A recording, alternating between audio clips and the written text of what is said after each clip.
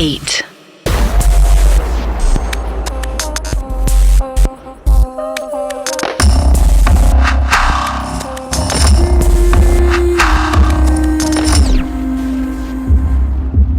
उत्तर प्रदेश के छोटे से जिले जालौन को भी नहीं पता था कि 10 अगस्त 1963 में पैदा हुई एक लड़की उसे सारी दुनिया में मशहूर करने वाली है।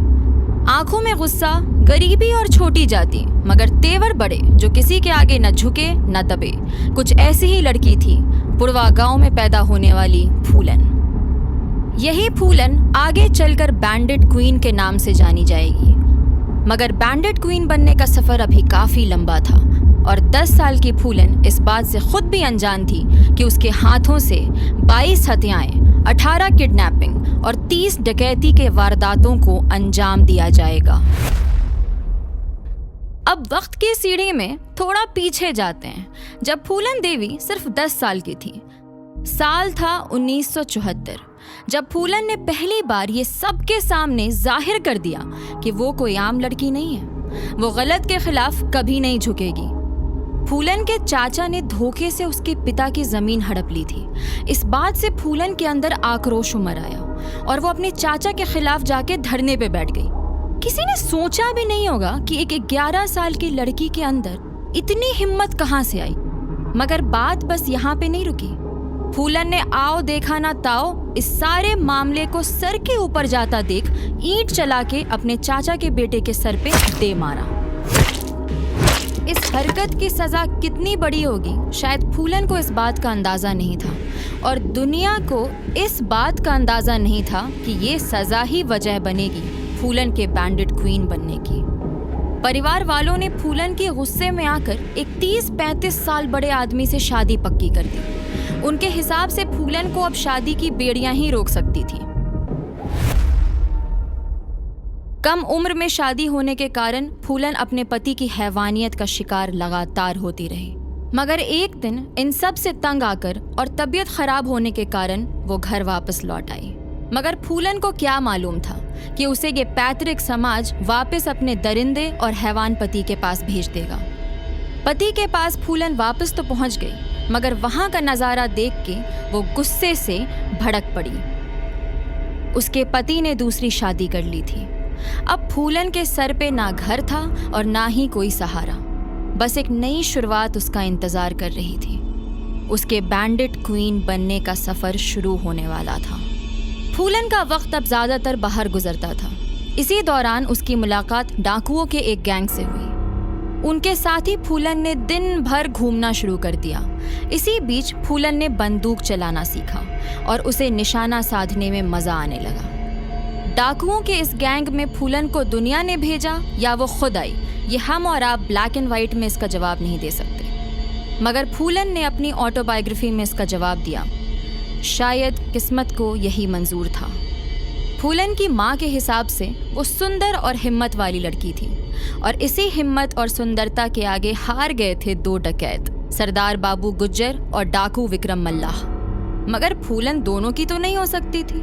इसी से शुरुआत हुई डाकुओं के गैंग के अंदर टकराव की। विक्रम मल्लाह को सरदारी और सुंदरी फूलन दोनों चाहिए थी, और इसको हासिल करने के लिए उसने सरदार बाबू गुज्जर को गोलियों से तब तक भूना जब तक उसकी जान नहीं निकल गई। अब सरदारी उसकी थी, फूलन भी उसकी थी, मगर कब तक? इस पूरी घटना से एक गैंग था जो बदले की आग में जल रहा था, ठाकुर गैंग। एक छोटी जाति की महिला के लिए सरदार बाबू गुज्जर की हत्या हो जाना, इस गैंग के 2 सरदार लाला ठाकुर और श्रीराम ठाकुर को हजम नहीं हो रही थी, और वो इस बात को भी अच्छे से जानते थे कि जब तक डाकू विक्रम मल्लाह जिंदा है तब तक वो फूलन का कुछ नहीं बिगाड़ सकते। मगर उन्हें हर हाल में फूलन से बदला लेना था। इसलिए उन्होंने प्लानिंग करके पहले विक्रम मल्लाह की हत्या की और फिर फूलन को अगवा किया। अगवा कर फूलन को बहमई गांव ले जाया गया, जहां फूलन की जिंदगी के सबसे मुश्किल 3 हफ्ते उसका इंतजार कर रहे थे। ठाकुरों ने अपनी दरिंदगी की सारी हदें पार करते हुए फूलन का 3 हफ्ते तक रेप किया और उसे बंधक बना के रखा। मगर उनको मालूम नहीं था कि वो किसी आम औरत से नहीं भिड़ रहे। उन्होंने फूलन के साथ पंगा लिया है। वो खामोश नहीं रहेगी, वो अपने ऊपर हुए जुल्म का बदला लिए बिना शांत नहीं होगी। ये बात अब फूलन के लिए इज्जत की थी और हैवानों को इस बात की सज़ा दिलाने की। फूलन ने डाकू का रूप पहन ही लिया। नीले रंग की वर्दी, लंबे बाल, निशाना साधे, सीने में गुस्सा लिए फूलन निकल पड़ी ठाकुरों को उनकी गलती की सज़ा दिलाने। साल 1981, तारीख 14 फरवरी। बहमई गांव में अजीब सा सन्नाटा था। फूलन उस सन्नाटे को चीरती हुई अपने डाकू गैंग के साथ पहुंच गई, ठीक वहीं जहां उसकी इज्जत को हर दिन लूटा गया था। उसने 2 हैवानों की शक्ल आते ही पहचान ली और तेवर भरी आवाज में पूछा, बाकी कहाँ हैं? जवाब में फूलन को खामोशी मिली, जिसने उसके गुस्से को और तेज कर दिया। फूलन ने गुस्से में 22 ठाकुरों को उनके घर से बाहर घसीट लाई और उन्हें घुटने के बल झुकने का हुक्म दिया। उनके झुकते ही फूलन ने कोई बात नहीं की। बहमई की खामोशी को गोलियों की लगातार चलने की आवाज ने घेर लिया।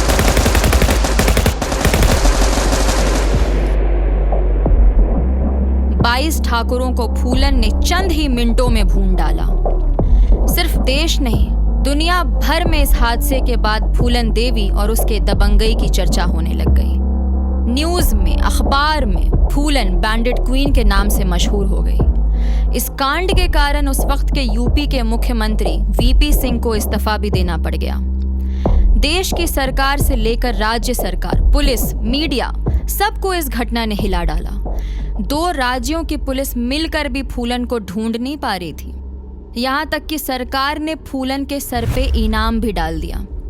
मगर इन सारी कोशिशों में पुलिस को सिवाय नाकामी के कुछ हासिल नहीं हुआ, बल्कि इस तलाश में कुछ पुलिस बेमौत जरूर मारे गए।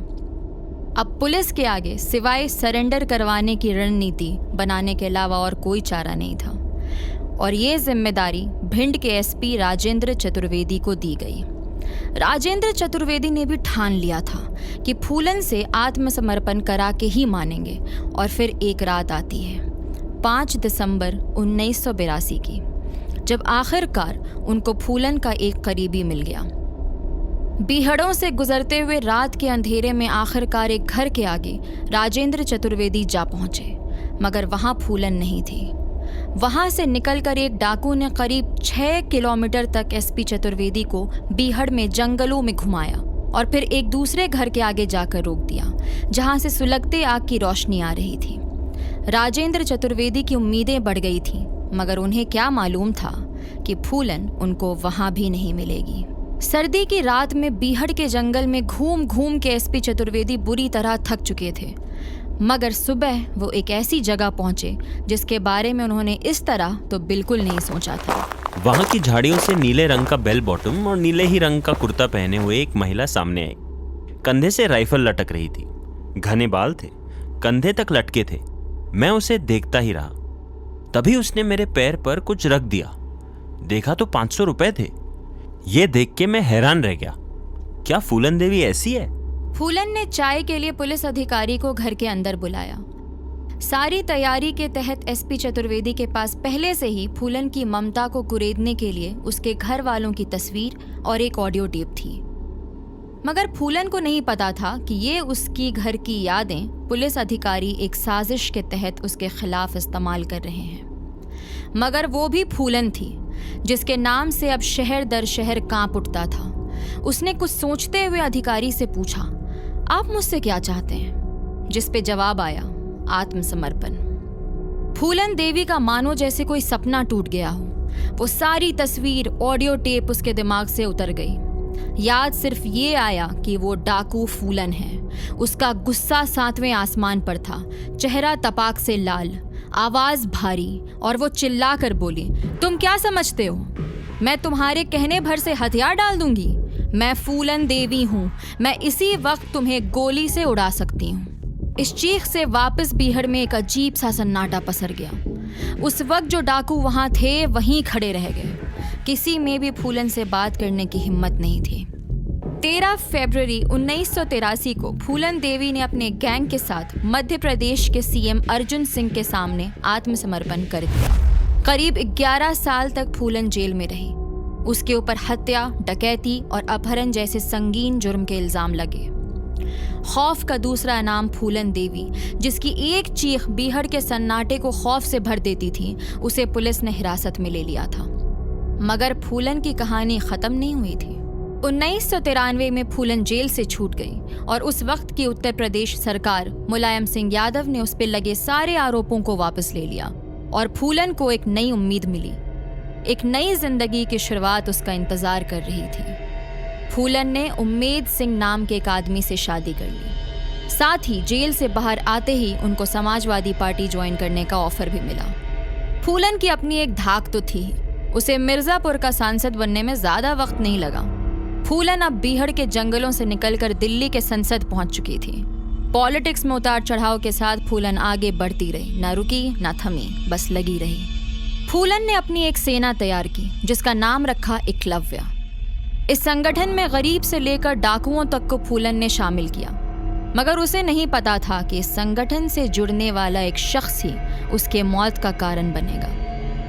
25 जुलाई 2001 को फूलन के घर एकलव्य संगठन में शामिल होने एक शख्स आया। नाम था शेर सिंह राणा। फूलन ने खीर खिलाकर उसका स्वागत किया। कुछ देर की बातचीत के बाद शेर सिंह वापस लौटने को उठा, जब फूलन भी उसे साथ साथ दरवाजे तक छोड़ने आई। मगर किस्मत को शायद कुछ और मंजूर था कि फूलन दोबारा घर के अंदर लौट ना सकी। चौखट पर आते ही शेर सिंह ने बीहड़ की शेरनी को गोलियों से भून डाला और एक शातिर मुस्कान के साथ ये कहा कि आखिरकार बहमई का बदला पूरा हुआ। फूलन देवी चौखट पे गिर पड़ी और बीहड़ शायद हमेशा के लिए शांत हो गया। मगर फूलन देवी की सोच, उसकी दबंगई आज भी लोगों को घबरा देती है। ये देश और संसार आज भी उसे बैंडिट क्वीन के नाम से जानता है और कुछ इस तरह याद करता है कि जब फूलन जिंदा थी तो दहाड़ती थी।